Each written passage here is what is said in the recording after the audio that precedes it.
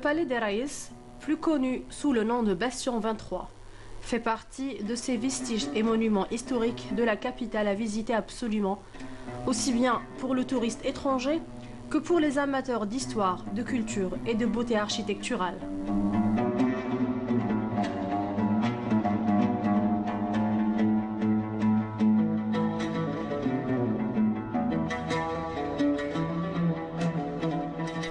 L'ensemble occupe une surface de 4000 m². Il est composé de 3 palais, palais 18, palais 23 et le palais 17, ainsi que 6 petites maisons appelées maisons des pêcheurs.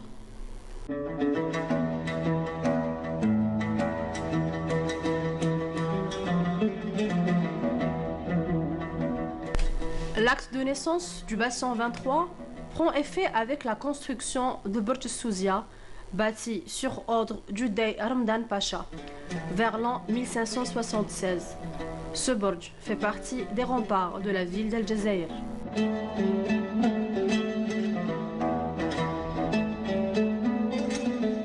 Cette partie de la ville assurait à l'époque un rôle purement stratégique et militaire. Elle deviendra un prolongement naturel de la Kasbah vers la mer.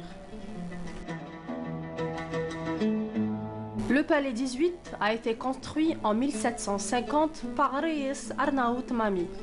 Ensuite, il a été racheté par le Dey Mustafa Pacha pour en faire sa résidence. Ce n'est qu'après que les palais 23 et 17 ont été construits.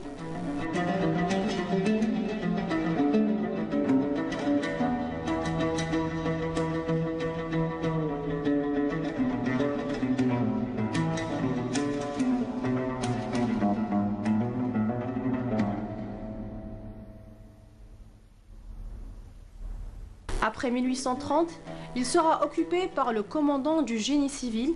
Il deviendra un pensionnat pour jeunes filles, puis le consulat des États-Unis, la résidence du duc du Mal, et enfin, il deviendra une bibliothèque municipale. Il sera ensuite pillé avant d'être restauré.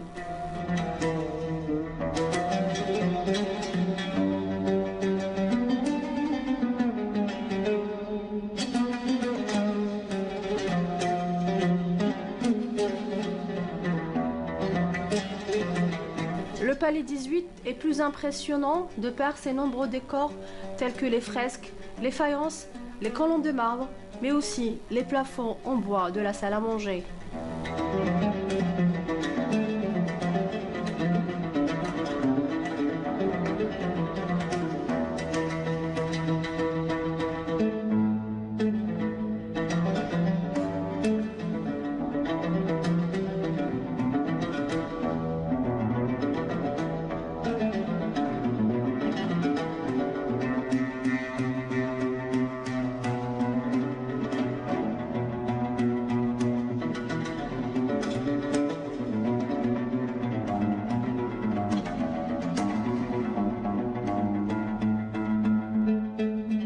Les palais 17 et 23 étaient à l'époque ottomane occupés par des domestiques.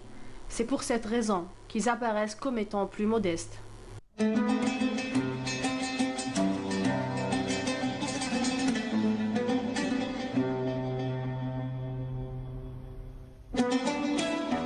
En 1992, le palais des Raïs a été classé en tant que monument historique au patrimoine mondial de l'UNESCO.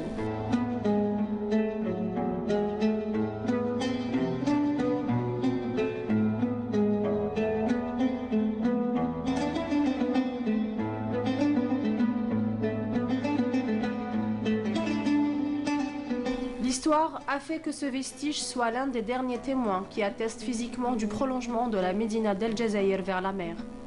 Et l'actualité en a fait depuis quelques années, après sa restauration, le centre des arts et de la culture.